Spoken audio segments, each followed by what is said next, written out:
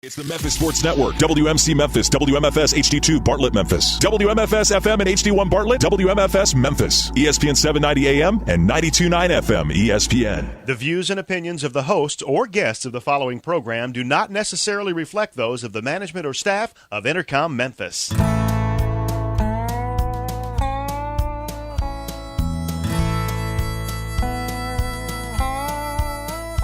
Watch the sunrise, new day's dawning, and it's calling you and me.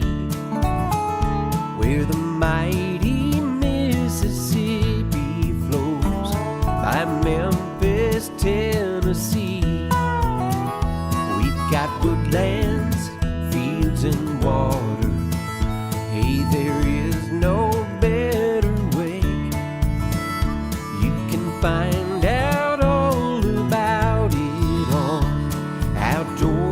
Larry Ray. Make some time, take the family, ask a friend, but don't delay.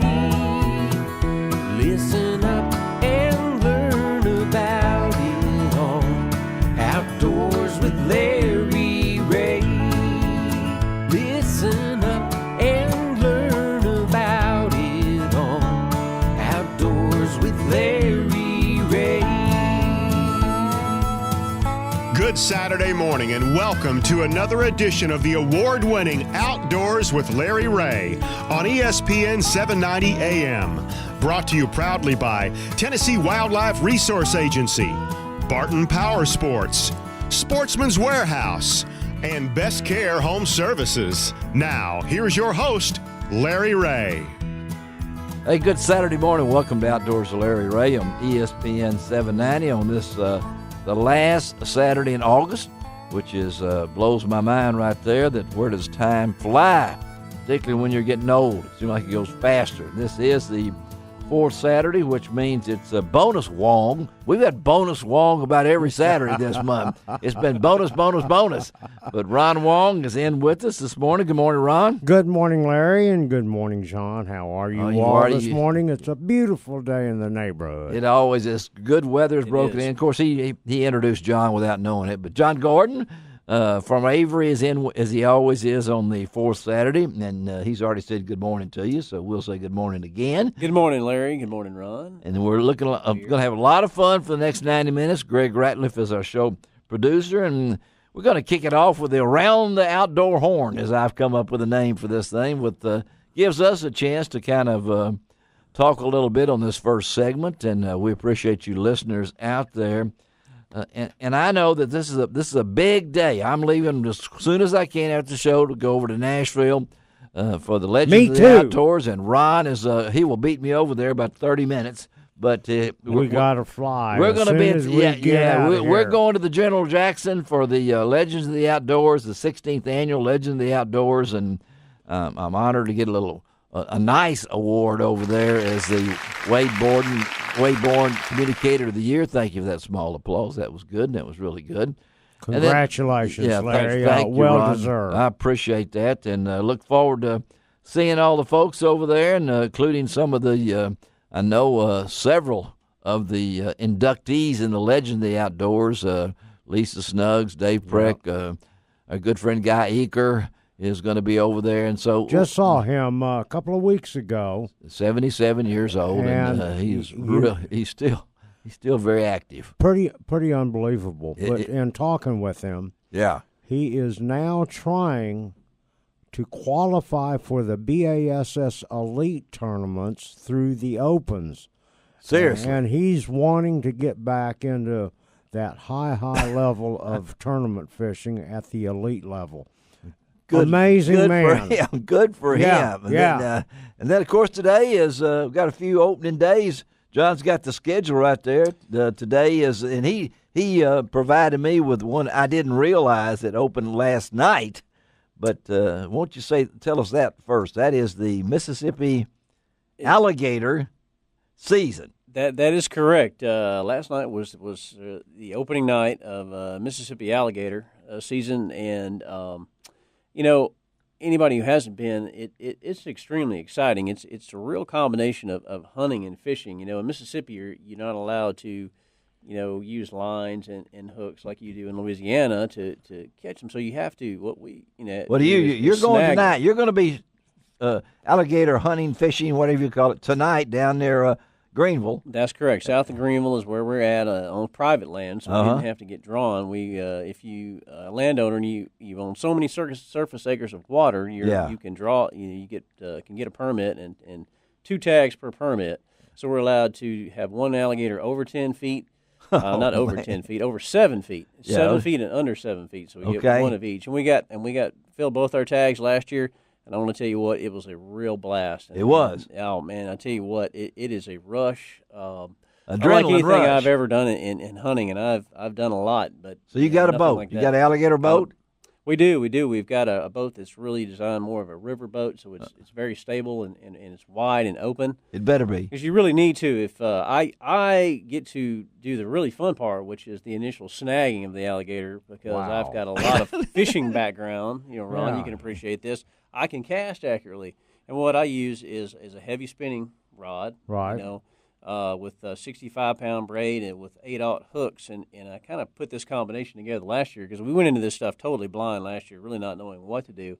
I did a little research on the internet and figured out that if you use I use a small piece of monofilament and will hang a weight off the bottom of that 8/0 hook, so that gives me more bite in an easier to cast piece of tackle. And so once you do, you cast over the alligator's back. You're doing this at night, in with lights. The alligator with lights, you cast over the alligator's back. And the thing is, too, you don't get into a hurry with it. I thought you really, the alligator's going to feel the line and he's going to take off, sink, and he's going to take off. Yeah. They really don't. You real slowly until you feel like you've got put it the tight. log, and you just set the hook, and you better hold on tight after that because it's on. So after you that. only use 65-pound test braid. That is correct, because I'm not trying to do anything other than really locate that alligator. So we've got him on a line. I'm not trying to fight him. He's pulling drag, and I'm just trying to get him to stop. Basically. Where we've got heavier tackle with 150-pound braid on it, more of a saltwater type rig with bigger hooks that we can get another hook into him, and then finally we have a big grappling hook on a rope that we use as the final snagging point to get him up to the boat to where we can dispatch him. Because I know I use 10/0 treble hooks just to snag carp. So I'm impressed that you're only using an 8/0 hook, which is not that big of a hook.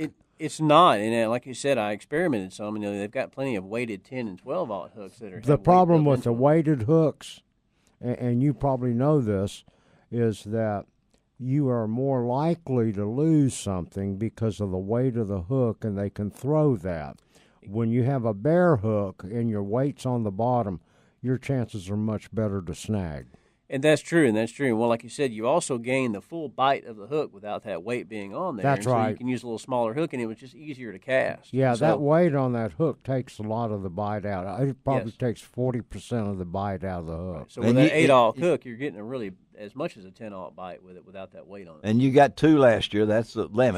We sure did. One that was almost right at 10 feet. Oh, and the other one, which was 6'9", so we were right at our under 7 over 7 deal. That 10-footer weighed almost 368 pounds is what he weighed. Goodness. And when I hooked into him for the first time I ever had one on, man, it was like chain lightning on the end of that rod. It was, huh? It's like fighting the biggest fish you've ever fought in your life in very close quarters. Yes, short range. At night with a light and all this kind of stuff. They've got a really capacity for a short, really burst of heavy energy. And then their body secretes a chemical that basically renders them, they're over. Yeah, paralyzed. Yeah. So that's the thing. You just got to get them, Then you got to get them in the boat after you dispatched them. So you got to get a 300-pound boat. Pull them in a boat. I tell you what, tonight we've got.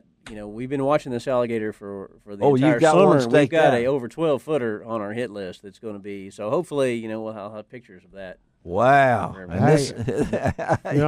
I hate to bring this up this early in the show. Yeah. But do you get some gator meat to fry up too? Yes, we do. I mean, that's some good stuff. And it's amazing, both in the tail and then around the cheek meat is also very good. The best, yeah. And shredded up kind of small. Food has come into the conversation. Yes, wow, exactly. Good stuff. It is. I've had gator before, and it was really good, but I just can't imagine. So that's going on in Mississippi.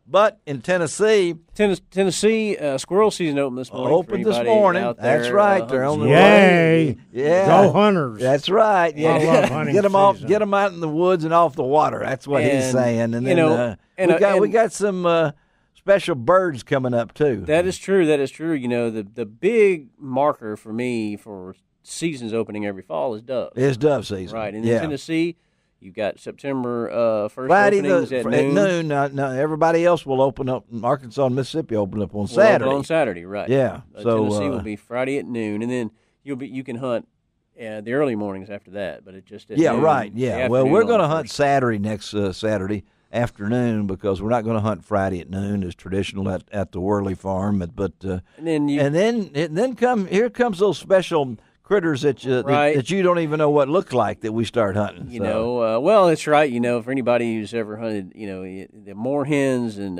gallinues, I'm gonna have to look this up on the internet. I don't know. Rails, Virginia, and Sora also open September 1st. You've got Canada geese on September 1st for early season. Early season, yeah. Wood ducks and teal together will in open Tennessee, on September 9th. Because we have a wood duck season. Right, Mississippi, Arkansas, Louisiana has no wood duck season. No. And then teal only will open on September 14th. Mississippi will open up soon. Mississippi will open up on that same weekend, and we'll run through the end of September for teal only. Yeah. Where the way Tennessee does it is September 9th through September 13 is teal and wood duck. That's 5 days. Right.